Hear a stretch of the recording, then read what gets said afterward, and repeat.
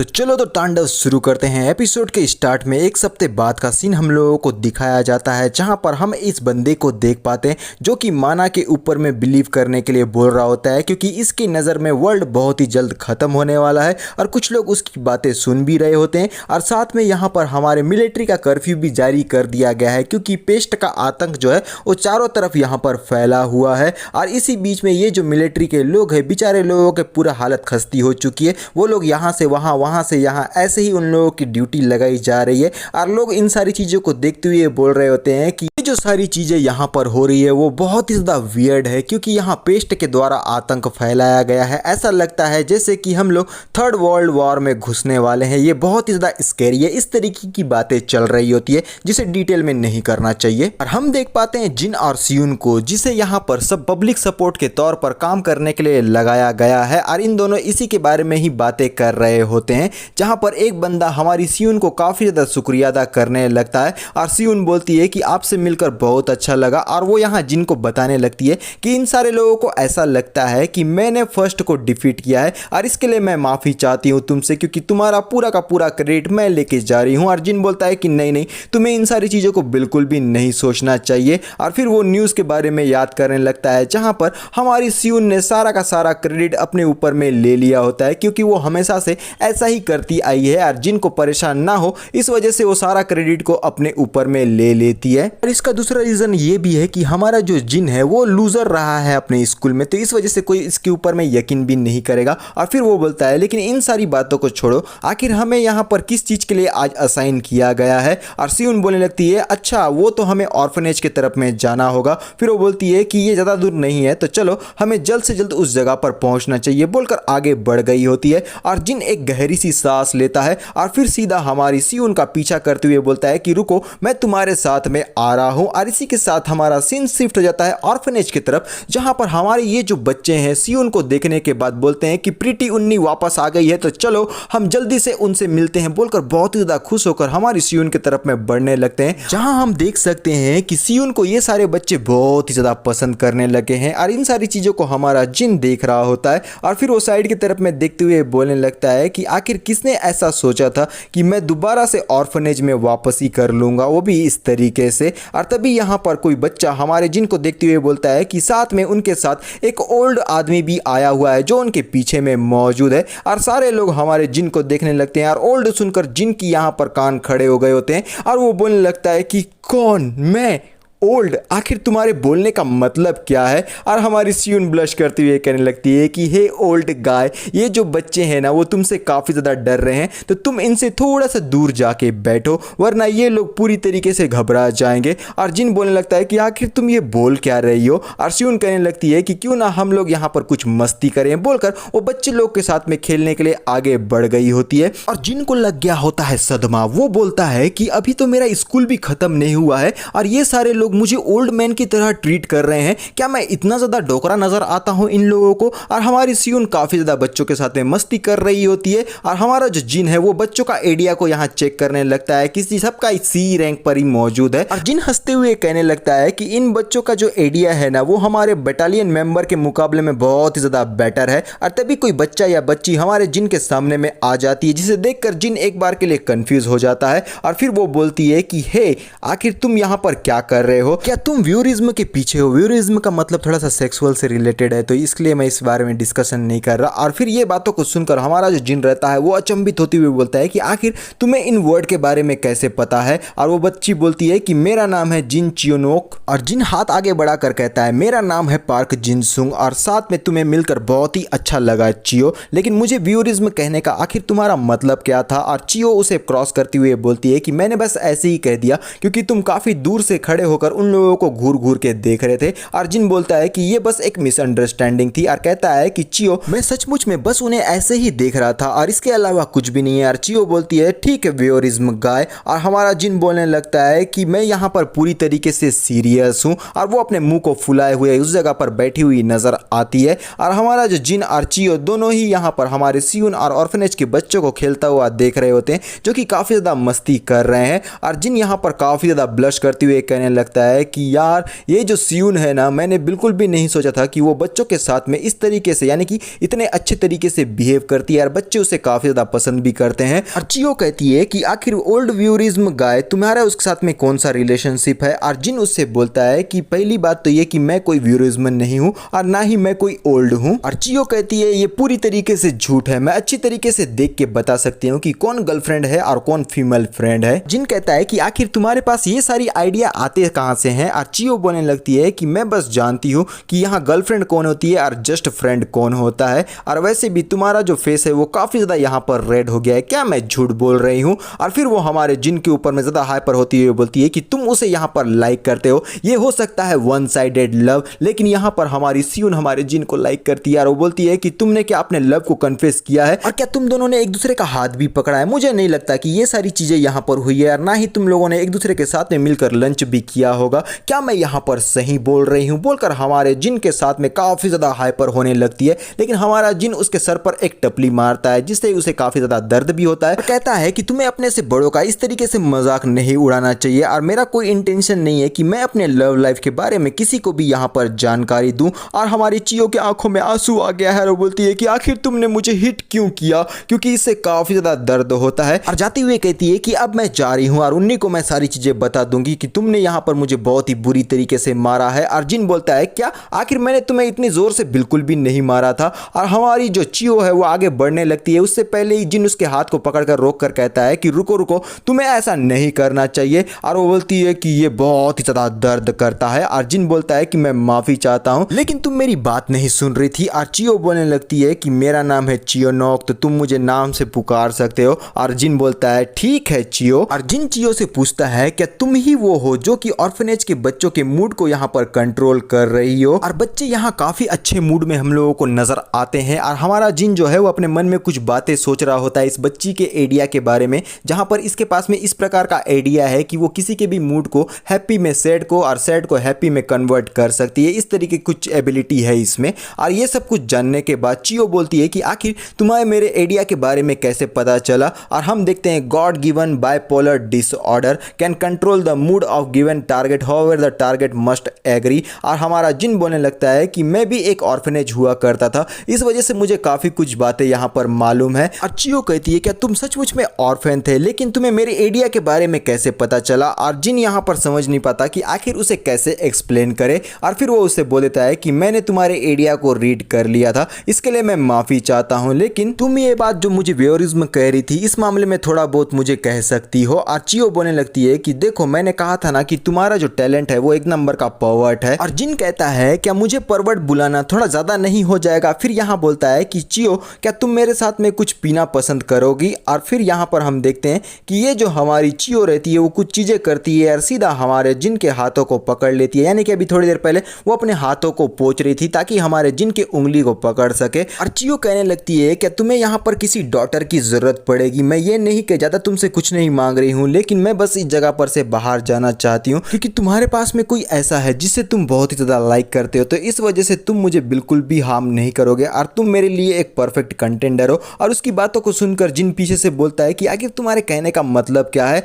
और हमारी चियो एकदम काफी एनर्जेटिक तरीके से बोलने लगती है कि मैं यहाँ पर खुद से फाइट करना चाहती हूँ। और जिन बोलता है कि तुम सचमुच में फाइट करना चाहती हो, लेकिन क्यों। और चियो बोलने लगती है कि तुमने बिल्कुल सही कहा, मैं यहाँ पर उन मॉन्स्टर से फाइट करना चाहती हूँ क्योंकि उनने मेरे पेरेंट्स को मार दिया था। और जिन अपने सर को पकड़ते हुए बोलने लगता है कि मुझे बिल्कुल भी यकीन नहीं हो रहा है कि आखिर अब यहाँ पर ये क्या होने वाला है। और चियो बोलने लगती है तुम्हें इस बारे में बिल्कुल भी नहीं पता है कि मैं कितनी ज्यादा खुश हो गई थी जब मुझे ये बात पता चली कि व्हाइट जेट किम फैमिली का कोई यहाँ पर आने वाला है। मैं तुमसे माफी चाहती हूँ, लेकिन फिर भी मुझे इस ऑर्फनेज से बाहर जाना ही है। और जिन उसे समझाते हुए बोलता है कि चियो आखिर तुम कितने साल की हो। और चियो बोलती है कि मैं तो बस 11 साल की हूँ। और जिन बोलने लगता है कि चियो आखिर तुम यहाँ पर उन मॉन्स्टर से कैसे फाइट कर सकती हो क्योंकि वो लोग बहुत ही ज़्यादा स्ट्रॉन्गर है। लेकिन चियो एकदम भड़बड़ा के अपने हाथ को हटा देती है हमारे जिन को और वो बोलती है कि मुझे यहाँ पर से जाने दो, मुझे बिल्कुल भी फर्क नहीं पड़ता अगर तुम हो या फिर कोई और, मुझे बस इस जगह पर से जाना है। और वो बोलती है कि मैंने ऑलरेडी अपने माइंड को सेट कर लिया है। और हमारी जो सियून रहती है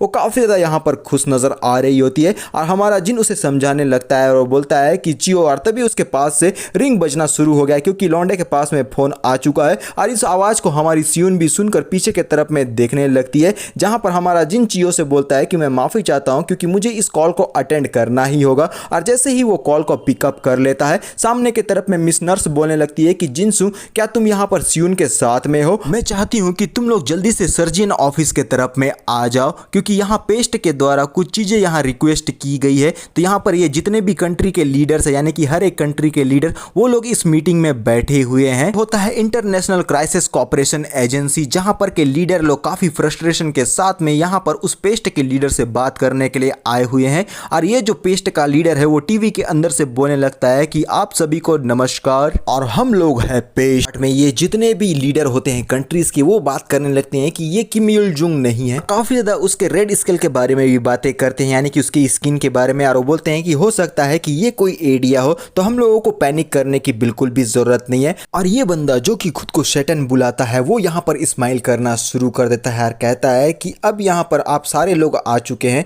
तो मैं अपना इंट्रोडक्शन देता हूँ। मैं हूँ एंटी ह्यूमैनिटी ऑर्गेनाइजेशन का लीडर और मैं आपके लिए एक ऑफर लेकर आया हुआ हूँ। और ये सारे लोग इस शैतान के बारे में नहीं जानते हैं, इस वजह से बोलने लगते हैं कि हम तुम्हें बिल्कुल भी नहीं जानते, जल्दी से किम इल जुंग को वापस लाओ क्योंकि हम उससे ही बात करेंगे, क्योंकि उससे बात करना वर्थ इट है। और ये जो शैतान है वो हंसना शुरू करता है, जैसे कि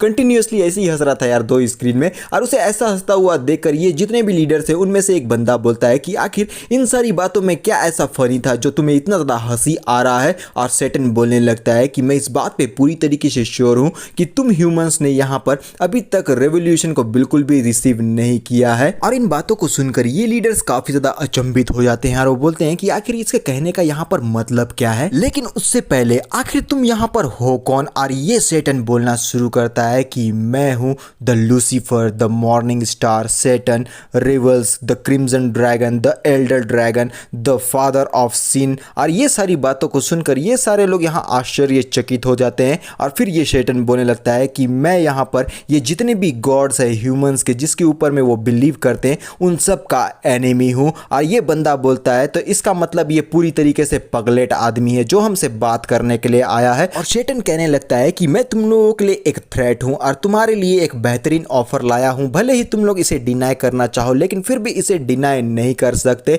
क्योंकि अब इस जगह पर क्लियर रेवोल्यूशन होने वाला है ह्यूमंस। और तभी ये बोलते हैं कि ये बंदा ल्यूनेटिक बातें कर रहा है, हमें इसकी बातों को नहीं सुनना चाहिए। और शैतान बोलने लगता है कि तुमने मुझे अभी ल्यूनेटिक कहा ना?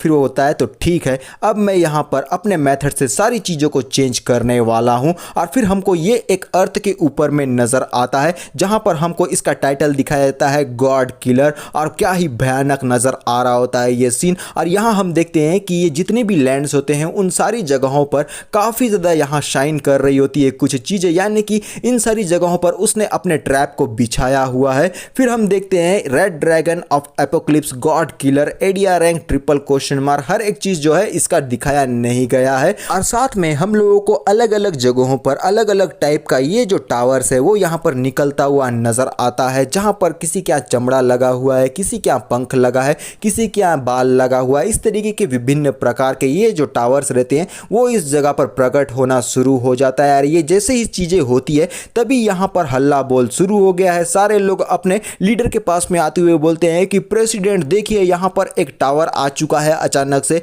आखिर हमें ये क्या करना चाहिए? इस तरीके की बातें शुरू हो गई है। फिर ह्यूमंस बोलने लगते हैं कि बास्टर्ड, आखिर तुमने हमारे वर्ल्ड के साथ में किया क्या है? और ये जो शैतान है वो बोलने लगता है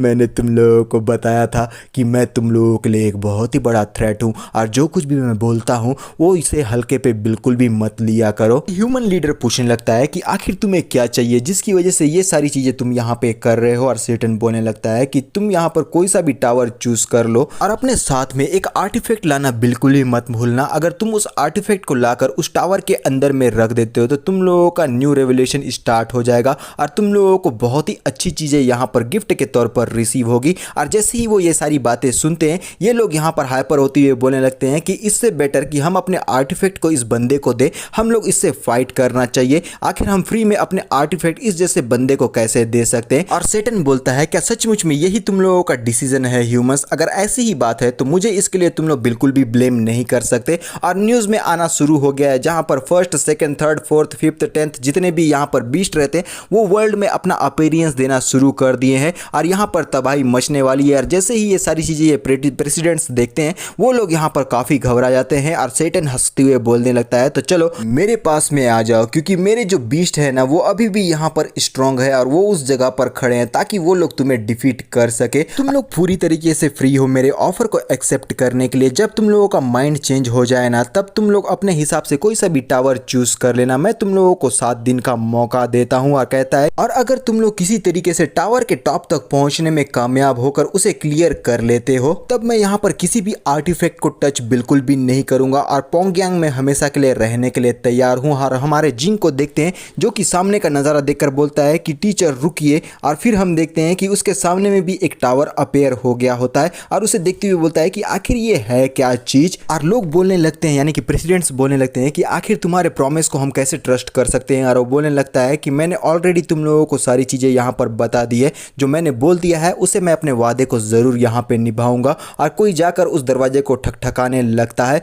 और ये जो बच्चे हैं हमारे वो बोलते हैं क्या ये डोर ओपन भी होगा, ये तो काफ़ी ज़्यादा कूल नज़र आ रहा है। और सेटन और ये जितने भी यहाँ प्रेसिडेंट रहते हैं वो बहुत ही लंबा पीछे से बातें कर रहे होते हैं। और नर्स जिन से कहने लगती है, क्या ये सचमुच में कोई आइडिया है, क्या तुम इसके बारे में कुछ फिगर आउट करके मुझे बता सकते हो। और जिन बोलता है कि मैं इसके बारे में कुछ भी अच्छे से नहीं समझ पा रहा हूँ। और सियून कहने लगती है कि सारे लोग इसके पास बिल्कुल भी नहीं आएंगे, तुम लोग पीछे में ही रहो। और यहाँ अभी भी उनका बात चल रहा है जो कि नॉर्मल सा वही है, रिवोल्यूशन वाला, और साथ में वो टावर के अंदर में घुस के आर्टिफैक्ट वाला, मैं वादा को निभाऊंगा तू वादा को नहीं निभाएगा, ऐसा टाइप का बकवास चल रहा होता है। और कोई जाकर उस गेट को ओपन करने की कोशिश करता है और ये एक बच्चा होता है जिसने उस गेट को ओपन कर दिया है। काफी खुश होकर बोलता है कि आखिरकार मैंने डोर को ओपन कर दिया है। और दूसरी बच्ची बोलती है कि हाँ जिन, तुमने सचमुच में इसे ओपन कर दिया है। और ये जो प्रेसिडेंट है वो काफी ज्यादा फ्रस्ट्रेटेड रहता है क्योंकि इस तरीके के ऑफर को उसे यहाँ पर एक्सेप्ट करना ही होगा, वरना ये जितने भी फर्स्ट, सेकंड, थर्ड, फोर्थ है वो यहाँ पर डिस्ट्रक्शन मचाना शुरू कर देंगे। और फिर यहाँ पर हम देखते हैं कि इन बच्चों ने डोर को जैसे ही ओपन कर दिया होता है उन लोगों ने डिसाइड कर दिया है कि चलो अब हम लोग इसके अंदर में घुसेंगे। और काफ़ी ज़्यादा एक्साइटेड होकर ये लोग भागकर उस डोर की तरफ में अंदर घुसने के लिए बढ़ने लगते हैं। लेकिन सियून उन्हें रोकते हुए बोलती है कि नहीं, तुम लोगों को वहाँ नहीं जाना चाहिए। लेकिन बच्चे हैं, आखिरकार वो लोग कहाँ ही बातें समझने वाले हैं, उनको तो खेलने से मतलब है क्योंकि ये सारी चीज़ें उनके लिए एक एडवेंचर है। और फिर हम सेटन को देख पाते हैं जिसने इस बात को भी शायद नोटिस कर लिया है और वो बोलने लगता है कि मेरे ख्याल से कुछ जो बच्चे हैं ना वो यहाँ पर मेरे उस टावर के अंदर में अपनी एंट्री ले चुके हैं। तो काउंटडाउन जो है वो अब से यहाँ पर स्टार्ट होता है। और ये सारे लोग यहाँ पर पूरी तरीके से आश्चर्यचकित हो जाते हैं क्योंकि सचमुच में कुछ बच्चे जो है वो एंट्री कर चुके हैं। और फिर हम देखते हैं कि ये जितने भी हमारे रहते हैं बच्चे वो एक एक करते हुए उस डोर के अंदर में घुसना शुरू हो जाते हैं। और पीछे से हमारी जो सियून है वो एक बच्चे के पैर के चप्पल को पकड़ते हुए बोलने लगती है कि रुको, तुम्हें ऐसा नहीं करना चाहिए, मेरे लिए रुको, इस तरीके की बातें बोल रही होती है। और सियून अपने मन में कहने लगती है एक बच्चे के जूते को पकड़ के कि ये बहुत ही ज़्यादा डेंजरस हो सकता है, मुझे नहीं पता कि इसके अंदर में क्या है, लेकिन फिर भी यहाँ पर मुझे अंदर जाना ही होगा क्योंकि बच्चे उस जगह पर जा चुके हैं। फिर यहाँ वो बोलती है कि चलो अब अंदर जाया जाए और कहती है कि जिन, तुम यहाँ पर मेरा इंतजार करो, मैं बच्चों को लेकर वापस आती हूँ। और जिन बोलता है कि रुको, आखिर तुम ये क्या करने की कोशिश कर रहे हो। लेकिन हमारी जो सियून है वो अंदर के तरफ में घुसती हुई हमको नजर आती है और जिन उसको बोलता है कि नहीं, तुम्हें ऐसा नहीं करना चाहिए। और फिर हमारी सियून अंदर घुस चुकी है और जिन पूरी तरीके से आश्चर्यचकित कि आखिर अब यहाँ पर वो क्या करने वाला है। और बच्चे और साथ में सियून अब हमारे टावर के अंदर में जा चुके हैं। बाहर में मौजूद है हमारे जिन और चियो जो कि उन्हें जाते हुए रोक रहे होते हैं। फिर तभी फोन से आवाज आता है कि हेलो जिनसू, क्या तुम मेरी बातों को सुन पा रहे हो। और जिन यहाँ पर वापस से अपने कान में फोन कर लगाकर कहने लगता है कि मेरे ख्याल से स्क्वाड लीडर जो है वो अभी अभी अंदर जा चुकी है और वो भी ऑर्फनेज के बच्चों के साथ में। और ये सुनकर नर्स बोलती है कि ओ माय गॉड, आखिर ये क्या हो गया। और जिन पीछे से बोलने लगता है इस बार कि वो लोग अभी तक यहाँ नहीं आए हैं, मुझे जाकर देखना चाहिए कि अंदर में क्या माजरा चल रहा है। और हमारी नर्स बोलती है कि रुको, यहाँ पर सारी चीज़ें हम लोगों के सामने में क्लियर नहीं हुई है और सियून और बच्चे ऑलरेडी यहाँ पर एंटर कर चुके हैं। हम लोग रेकलेसली यहाँ पर कोई भी चीज़ नहीं कर सकते क्योंकि अंदर के बारे में कोई भी जानकारी हमें नहीं है। तुम्हें सियून के ऊपर में यकीन करना होगा और उसका यहाँ बाहर में इंतजार करो। लेकिन हमारा जो जिन है उसके दिमाग में कुछ और ही चीज़ें चल रही होती है और उसके पास से काफ़ी डार्क ऑरा निकलने लगता है, जिस बात को हमारी चियो भी नोटिस कर लेती है और सीधा जाकर हमारे जिन के हाथों को पकड़ लेती है और वो बोलती है कि अंकल। और हमारा जिन थोड़ा सा आश्चर्यचकित होकर चियो को देखने लगता है और अपने मन में बोलने लगता है कि इसके जैसे ही मुझे मुझे हाथ को पकड़ा ना, मेरी सारी माइंड जो है वो पूरी तरीके से शांत हो चुकी है और मुझे हर एक चीज़ एकदम रिलैक्स तरीके से नज़र आ रहा है। क्या ये मुझे काम डाउन करने की कोशिश कर रही है? फिर वो हमारी चियो के बाल को सहलाते हुए बोलता है कि चियो तुम्हारा बहुत बहुत शुक्रिया, क्योंकि अब मैं काफ़ी बेटर फील कर रहा हूँ। और वो यहाँ पर चियो को उठाते हुए बोलता है कि मैं माफ़ी चाहता हूँ। और चियो पूरी तरीके से कंफ्यूज हो जाती है। जिन कहता है कि तुम बाहर में मेरा इंतज़ार करो क्योंकि ये जगह बहुत ही ज़्यादा डेंजरस है। और कहने लगती है हमारी चियो कि मैं भी तुम्हारे साथ में जाऊँगी क्योंकि मेरे जो फ्रेंड्स हैं वो भी अंदर में गए हुए हैं, तो तुम मुझे यहाँ पर छोड़ दो क्योंकि मैं अपने दोस्तों को अकेले नहीं छोड़ सकती। और वो काफ़ी ज़्यादा स्ट्रगल करने लगती है। और फिर हमारे जिन के मुंह पर एक लात लगाती है फट से और सीधा उसके हाथ से छुड़कर भागने लगती है। और जिन यहाँ पर उसे भागता हुआ देखता है और वो बोलती है कि तुम मुझे हंसने पर मजबूर मत करो क्योंकि मैं यहाँ पर अपने फ्रेंड की मदद करके ही रहूँगी, क्योंकि यहाँ सारे लोगों को मुझे बचाना ही होगा। बल्कि बड़े फायर्ड अप तरीके से आगे बढ़ती हुई चियो हमें नजर आती है, लेकिन उससे पहले ही हमारा जिन उसके कपड़े को पकड़ लेता है अपने हाथों से और सीधा उसे उठा देता है। और चियो बोलती है कि मुझे जाने दो क्योंकि हर हालत में मुझे अपने फ्रेंड्स को बचाना है। और जिन बोलने लगता है कि मैं नहीं लगता अपने पेरेंट्स को यूज करना एक चीटिंग होता है। और फिर वो बोलता है कि तुम्हारे लिए अच्छा यही होगा कि तुम मेरे पास में ही मौजूद रहो, यानी कि हमारे जिन ने उसे साथ में ले जाने के लिए राजी हो गया है। जिस बात को सुनकर चियो काफी ज्यादा खुश होती हुई बोलती है ठीक है, मैं अच्छी तरीके से समझ गई हूँ। और फिर हमारा जिन बोलने लगता है कि आपको चिंता नहीं करना चाहिए क्योंकि अब मैं टावर के अंदर में जा रहा हूँ। हमारी लीडर और साथ में 23 बच्चे जो है वो अंदर में जा चुके हैं, तो अब मैं फ़ोन को यहीं पर कट कर रहा हूँ क्योंकि मुझे अंदर जाना ही पड़ेगा। और फिर इस तरीके से हमारी चियो हमारे जिन को हाथ पकड़कर उसे ले जाने लगती है, लेकिन हमारी जो नर्स है वो उसे मना कर रही होती है क्योंकि ये सारी जो चीज़ें हैं उनके लिए पूरी तरीके से अननोन है और इस तरीके का रिस्क नहीं लेना चाहिए। और जिन बोलने लगता है कि मैं यहाँ पर वापसी करने के लिए अपना बेस्ट करूँगा और जल्द से जल्द वापस आ जाऊँगा, लेकिन नर्स बोलती है कि तुम्हें ऐसा नहीं करना चाहिए, ये मेरा डायरेक्ट ऑर्डर है। लेकिन हमारा जो जिन है वो ये बातें कहाँ मानने वाला है और उसने फ़ोन को कट कर दिया होता है। और नर्स बोलने लगती है कि जिनसुंग और उसकी बातें हमारे जिन तक नहीं पहुँच पाती। और इस तरीके से ये जो डोर रहता है उसके अंदर में हमारे जिन और चियो दोनों ही चले गए होते हैं और डोर हो जाता है पूरी तरीके से क्लोज। और इसके साथ हमारा ये जो पार्ट है वो यहीं पर ख़त्म हो जाता है। तो मिलते हैं नेक्स्ट पार्ट में और अभी के लिए बाय।